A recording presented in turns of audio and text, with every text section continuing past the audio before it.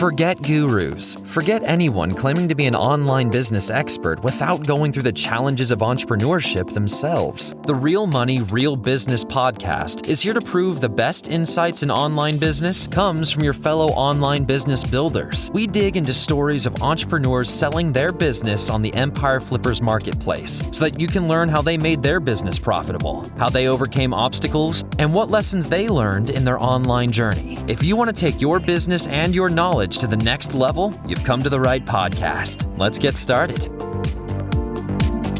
Hey everyone, welcome to another episode of the Real Money, Real Business podcast. We record these interviews so potential buyers have more information about the seller and the business to help them make a buying decision. Just before we dive into the interview, let me go over a very brief summary of the business in discussion today. Today's listing is a two-site package Amazon Associates business created in January 2018 in the electronics niche. The average monthly revenue for the business is $12,471, and it makes an average of $11,877 per month in net profit. The assets included in the sale are the primary domain and all of the site's contents and files, as well as a secondary domain, an email list, social media accounts, and writer contacts. For everyone listening, you can visit empireflippers.com/marketplace and search for listing 53317 to learn more about the business. Or you can unlock the listing to start your due diligence if you're interested in purchasing this asset. So that's a very brief overview of the business that we have for sale today. I'm really pleased to welcome the seller to the episode. So welcome to the show, Willem, and how are you doing? Hey, Vinny, thanks. I'm doing well, thank you. Thank you for the opportunity. Absolutely. Looking forward to hearing from you and what your business entails. Can you just share with me then what your background is in building or running online businesses? Oh, wow. This goes back quite far, actually. I started on the internet when Netscape was still the dominant browser. And I've been working in technology ever since in some way, shape, or form. I worked in a technology consulting firm in the Bay Area, back in the days before and during the dot-com boom and bust in the late 90s and early 2000s. And at that time, I was actually developing some adventure sport community sites as a sideline. It's actually something that I started when I was still at university. So these sites centered around some activities that I was actually involved in and that I loved doing. And so that whole exercise of having a sideline business at the time were both kind of like an outlet for me to just expand on my passions, but also to explore this new thing called the internet, I guess. So I did that for a while. I left consulting and kind of like the corporate world towards the end of 2004 to kind of like focus on this out-of-control hobby of mine that was starting to morph into a viable business. And it was pretty rough making ends meet at that time, especially just from online sites. I caught a break somewhere around 2008. I actually sold two of these sites to a Boston-based company for 7 figures, which was great. And so I had some capital. And I started looking around looked for alternative and new revenue models. And so I spent a few years building AdSense sites at a time when quality wasn't really the main focus. It was pretty much the Wild West. Didn't enjoy this as much. Very volatile, not very satisfying, but a great learning experience. And so I divested most of those sites and then started experimenting with Amazon affiliates, which is what this model is, around 2014. And I think somewhere in 2016, it became kind of like my primary focus. They're not my exclusive focus. And that's kind of how I got to this business, or this online business model. Yeah, I can relate definitely about just the internet and online businesses being the absolute Wild West sort of 10, 15 years ago, for sure. I think that's largely the reason why I did not venture into there, because I just had no idea how I would ever make it work from head to tails. But you clearly, went through those growing pains and here you are. So I suppose, with this business, can you share with me how you came up with the idea to start this one? It was very much a trial and error of different revenue models. So, there are a couple of reasons why I selected this particular model, but it was at the time, like I said, I had some capital available and I wanted to do something else and I didn't want to do AdSense anymore. And so, I ended up, like I said, giving this a go and it's actually worked pretty well. I think it's still a sustainable model today. I think it's actually something that's going to stick around for a while. Gotcha. Okay. Because the business is a two-site package. So there's two Amazon Associates sites included. Can you just share with me how it makes money? So this is Amazon affiliates exclusively. I think because of its roots, it started doing some of the affiliate sites when I was still doing AdSense sites. So they almost started as an experiment. And because of that, I very deliberately made a decision not to use any other monetization methods. So I specifically excluded display advertising.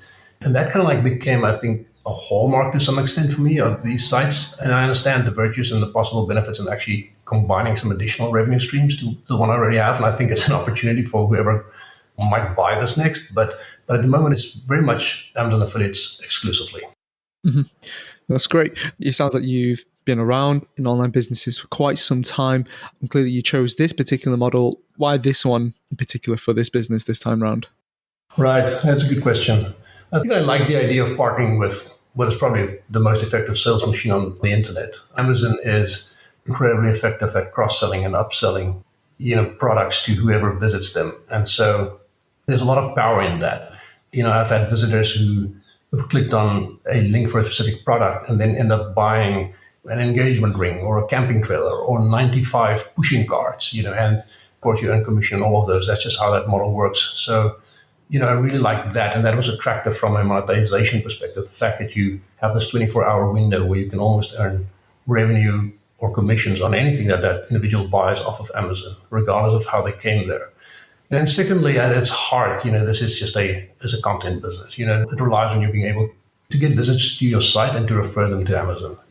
The years I've spent, like I said, building AdSense sites and the trial and error that we've gone through in terms of trying to rank content, I think I've reached a point where I understand that intersection between at least, I don't want to say all of the variables, but a lot of the variables that make content succeed and rank in the SERPs pretty well. And so whether it's good keyword research or how to write quality content or providing real value to users or understanding search intent and buy intent, I've been able to compete with both of these sites pretty competitively. And so from a competitiveness perspective, that to me was attractive. So I felt like it was a good monetization model, kind of like wrapped inside almost kind of like a business model or a site model that I thought I could compete in. And that made it attractive for me. For sure, yeah. And we'll tap into that wealth of experience later on in the interview. But I wanted to ask you, the business is in the electronics niche. Was there any reason why you chose this one in particular? Was there any personal sort of attachment there, or did you just see a good opportunity? So the particular products that these sites are about is actually something that I did research in because I wanted to buy one of them. And this was back in probably around 2016 when the site started. And the interesting thing was that whole exercise of actually just researching that product was actually really interesting. And at the time, the particular products weren't as ubiquitous as they are today. So nowadays they're everywhere.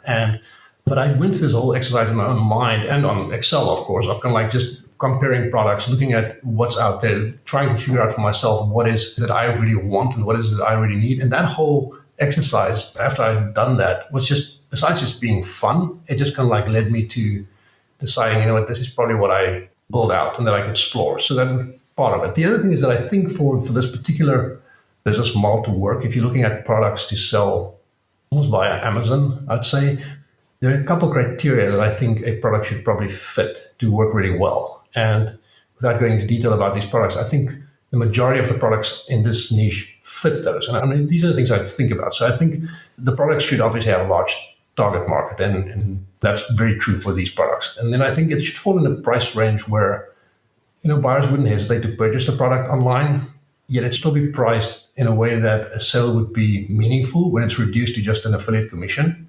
So there's probably a sweet spot there somewhere between $50 and $500.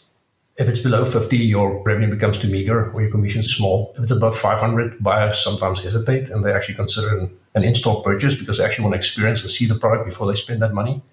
And then I think finally, it should probably be small enough to ship readily and easily. I mean, you can buy a bathtub on Amazon, but there's probably a reason not many people actually buy them there.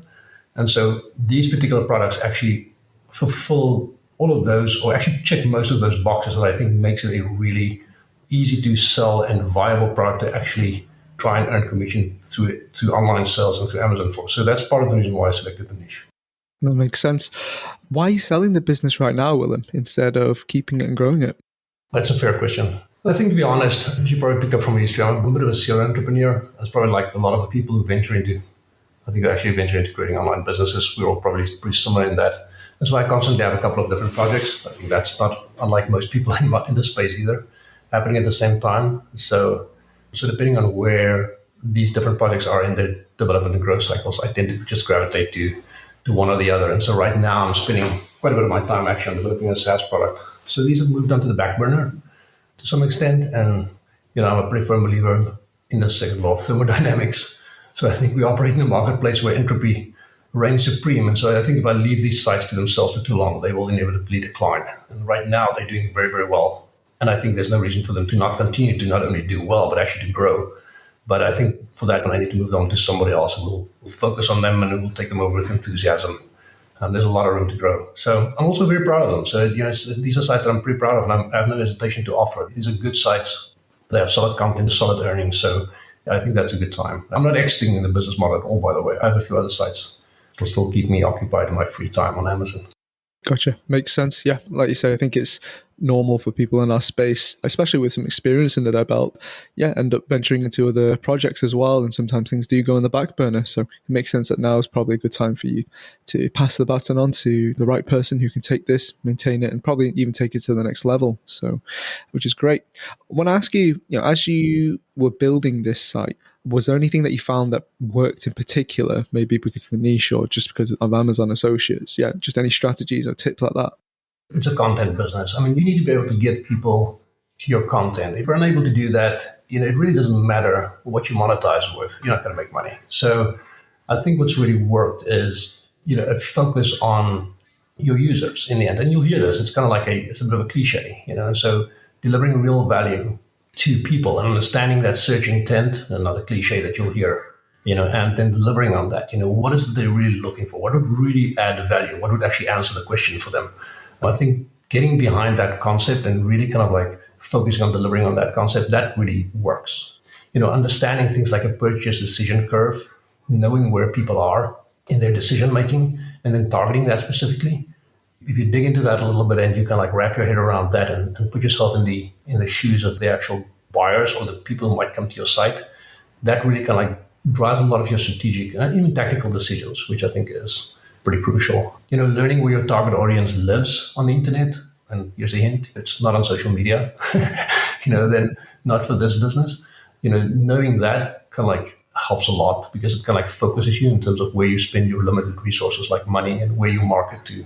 Then play a long game and don't knee-jerk to changes, in rankings or any external factors. Those are things that work. If you kind of like focus on the long term, rinse and repeat, and have fun while you're doing it. Those are the things that I think for this business just kind of like makes it run smoothly and just almost easily.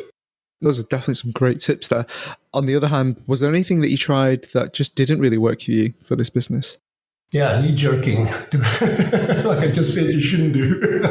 I've learned these things because we actually probably made a lot of these mistakes along the way. So trying to fix everything, because something else or something external kind of like worked in on your business is something I would just avoid in this type of business in general. Following fads in marketing, I think is another one. This is something that comes around a lot specifically in the link building world, for example. Everybody starts building scholarship links, so everybody builds scholarship links. Try and not jump to every bandwagon insofar as that stuff's concerned. Taking shortcuts, and in this case, not so much link building, but it's link building as well, but with content, that doesn't work. I mean, often you're tempted to just quickly roll something out there and just get something out to compete, and it's not really high quality. It doesn't really hit your standards. It doesn't really answer the questions. Just don't do those things. It's just a waste of money. It's a waste of time. And so, for us particularly, another one that didn't work was just actually driving traffic from social media. I mentioned that above as well. I think there are people who might be good at that. That was just not a successful effort. It's just not where we found our audience. So that's something we're just not doing at all at the moment. We have social media presence. We just don't drive it particularly hard as a channel of, traffic channel source. Yeah, that makes sense for sure. I just want to move over, I guess, to the marketing side of things now. What do you currently do for marketing for the business? So interesting question. So to be honest and fair, I'm terrible at marketing. I've never claimed to be a marketer. So it's probably the most neglected part of this business. I mean, 90% of our traffic comes from Google. So it's organic search results. And so most of our marketing efforts are kind of like targeted at ranking in Google. And so they kind of like mostly take on the shape of some form of SEO effort.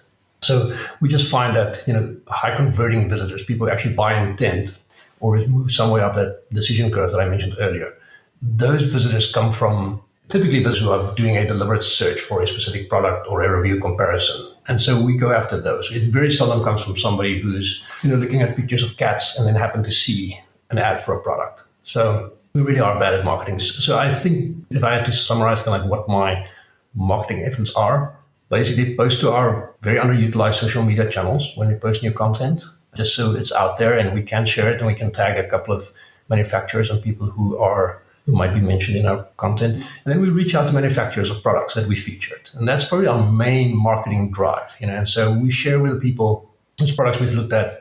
We've done so, and we invite them to share it on their blogs, on the social media channels.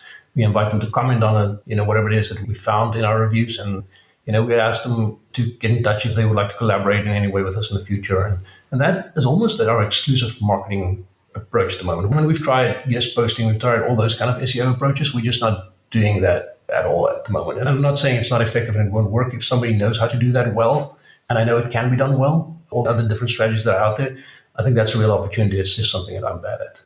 For sure. Yes, I'm assuming majority of the traffic comes from organic search, right? Yeah. Mm-hmm. If you did stay with a business, Willem, what would you say are some of the growth opportunities that you'd consider exploring? Yeah, so the first one, obviously, I think comes from the fact that I'm bad at marketing. So I think I would have to spend time or find somebody who's good at that and actually start going after, some of the keywords that I've been hovering on and around of page 2 of Google for a long time. I would probably pretty systematically start targeting those and see whether I can move them onto the first page. I mean, everybody knows the difference between a first and a second page Google ranking. So I think the push they need, I'm very aware of the fact that links are important. I think the push they need for us and the reason why we're struggling to move some of those, I'm not struggling why I haven't been successful to move some of those, it's just because I'm not really doing that very deliberately. So I would do that. The other thing I would do is I would explore new content areas. I would do some basic competitor analysis and look at how I could expand. The niche itself is massive. It's huge. And there are so many opportunities in so many areas that I haven't even touched on. And I would look at some of those and you just kind of like bulk it up because there's just so much room to do that. Those are probably the two main things that I would do. For sure, yeah. That's great. It definitely sounds like there's more room for growth for sure. What would you say is the biggest risks with this business that a buyer should be aware of? Or I suppose, are there any potential threats to it that you can think of? So I think the obvious one is that Amazon might change their affiliate program and their commission structure. It's not something that happens often, but they've done it in the past, so it could happen again. And so it's unpredictable and it's something that you have to mitigate for. And I think, again, incorporating something like display ads, is something you could use to start mitigating that, making sure you build a relationship with some other, maybe even direct affiliate businesses or companies. That could be a way to mitigate it. But that is a risk that I think is out there and you have to be aware of and maybe strategize to some extent what you would do. That really that actually happened, that actually dropped on you. And this is, like I said a couple of times, it's a content business. So if you're dependent on organic traffic from Google, then there really isn't a way to escape the potential impact of Google algorithm changes and updates. Focusing on quality, again, not jumping on SEO fads, not doing stupid stuff and knee-jerking and tweaking, and just doing the right things and keep doing them and staying focused on the really high quality, content. That's probably the best way to mitigate that. We've been pretty successful at, just riding out over many years. Not that we haven't been impacted at all, but just riding out most of the changes and tweaks that's happened in Google. And it's just because we're not trying to game it too much. We're just trying to deliver really, really high quality content and trusting that people will find that. But again, so I think it's the Amazon affiliate program model in itself and the fact that you are dependent to some extent on a single revenue stream, well, at the moment. And the other thing is that Google is a finicky. That makes sense. Can you just describe on like a day-to-day or even a weekly basis, what's the type of work that you do to maintain the business? Sure.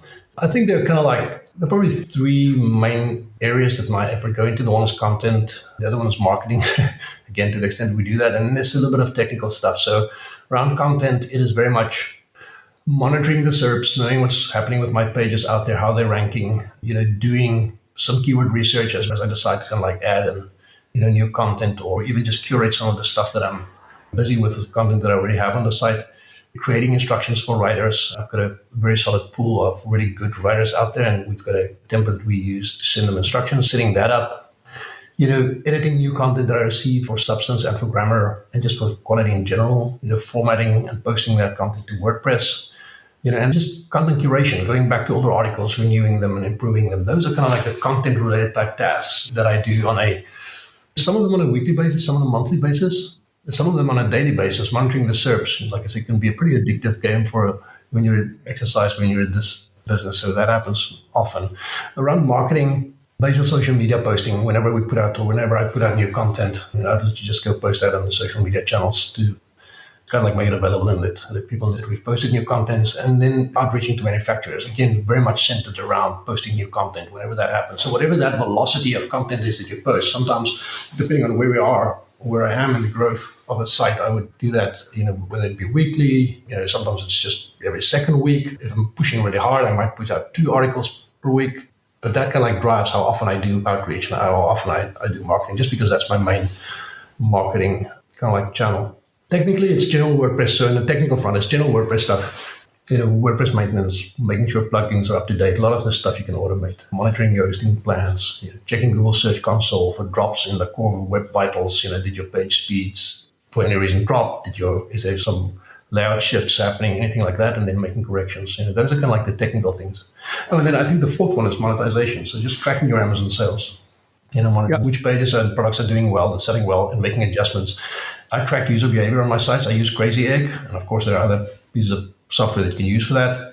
And using that, I just check kind of like design layouts, what doesn't work that well. I'm making sure web pages are optimized for conversions. I test product selections for that. And making sure that the products we have actually have on our list and stuff, and that people are actually responding to them in a way that we think they would. In terms of time spent, I think like at a normal, and when it's business as usual, I probably spend about 2 hours a week on average on each of these 2 sites. And the activities I spend it on varies depending on where they are. There are some weeks and sometimes months, depending on my focus, that I don't even touch these sites. And some weeks, I get a lot of content and I spend a lot more time formatting and posting and doing outreach. And so it really is up to the owner to decide how hard you want to drive the business. And that kind of like determines the time. But at a 2 hour per week, you could pretty much keep the engine running and actually do pretty well and still grow the business, I think. Gotcha. Last few questions really from me then, as we're rounding out the interview. How much support are you offering buyers? First of all, it's kind of an interesting question, because for me, it feels like I almost support them any which way I can, just because I'm kind of like invested in the success of these sites and I'm committed to a non-compete. So I'm not going to be in this space anymore. So I'm happy to see these sites just do really well. So for that first 30 days, if somebody wants to jump on a Zoom call with me, I'll happily make myself available. After that, if anything comes up that's really critical or that people don't know or understand, I'd be happy to answer emails. For me, I would love to see the next person just do well and make these sites succeed, because it's a lot of work that's went into them. These are my babies. Mm-hmm. Are you willing to commit to a non-compete? Yeah, I've already committed to that. Fantastic. And are you open to something like an earn-out? I'm actually not at this time. These 2 sites are doing well, and I'm pretty confident they'll continue to do well. So at the moment, I just prefer to end my sentence with a full stop and not a comma. Gotcha. Okay. That's good to know. The last question then really from me here, Willem. If you put yourself in the shoes of a buyer, why would you say that this is a business worth buying? So I think there are quite a few reasons. I think it's an established business that's been earning income for many years. And so it has weathered the ups and downs of external factors. And so there's some knowledge in that history, locked up in that history, that could be mined. And I think it's very comforting to a buyer. It has also just doubled its revenue year over year since inception in 2016. So the businesses are doing really well. They're high quality, high converting sites in a niche that's massive. It's a large, lucrative niche that's very well suited for Amazon affiliates as a model. And there's a lot of room to expand. It's an easy to run business. It's easy to maintain. It's easy to grow. You don't need specialized skills. Edit content and you can do some basic WordPress, that you can run this business. And those are tasks, if you didn't want to do that you could very easily outsource to a VA. And then you can run these sites pretty passively if you wanted to, if that's what you're after. There's been a 6-month period during COVID, I think the first wave of COVID, where I didn't touch these sites and I didn't add any content to anything for 6 months. I literally didn't spend $1 on them except for hosting. And the revenue still grew solidly month over month. Now, I wouldn't do that indefinitely, but you can find that sweet spot where you can dial them and kind of like keep the motor running and humming. So those are important points. I think maybe one final point. I think there are powerful synergies to be had from the fact that this is a 2-site package. I developed these 2 sites, or kind of like a follow-up site, to see whether I could create a bit of a double punch effect. And it actually works really well. There's some really high converting keywords where both of the sites rank on the first page of Google. And you quickly learn the power of having a site that you own show up kind of like in position number 1 and number 3 in the SERPs. If somebody searches for that term, you're probably going to make money. And like I said, the synergies are really powerful. And anything you learn for the one site, you can reapply to the next one. Or every writer you find, you can use again. And so usually you decide to put more effort into a keyword on one site and not so much into the other for some reason, if for some reason the one is performing better than the other. And you actually have your own A/B testing experiment running on a full-time basis. And so if something happens externally and the two sites respond differently, you actually learn a lot. And that just wouldn't be possible if you just had one site. So that makes this particular business, I think, really, really attractive. And I've really benefited from that. So I think there's not a lot of people who have that. And there's a lot of power locked up in that. That's great to know for sure. Is there anything you'd like to share that you think I might have missed? No, I think that covers it. I appreciate the opportunity. There's nothing in particular that I think we've gone over. The tools and the software and the skills you need are pretty apparent and obvious. And so, like I said, it's not a hard business to run. It's a pretty simple model, and I think that's part of its power. That's great. Well, Willem, thank you so much for joining me in today's episode. Really looking forward to seeing your business get sold in the near future. Thank you so much. I appreciate it. Thanks for the opportunity to talk about this. All right, everyone. Thanks for listening. To learn more and see if this listing has already been sold, head over to empireflippers.com/marketplace and search for listing number 55317. If you're watching this on YouTube, click the link in the description to go straight to the listing. And once you've unlocked the listing, you'll be given everything you need to know about this business. So until next time, enjoy your digital journey.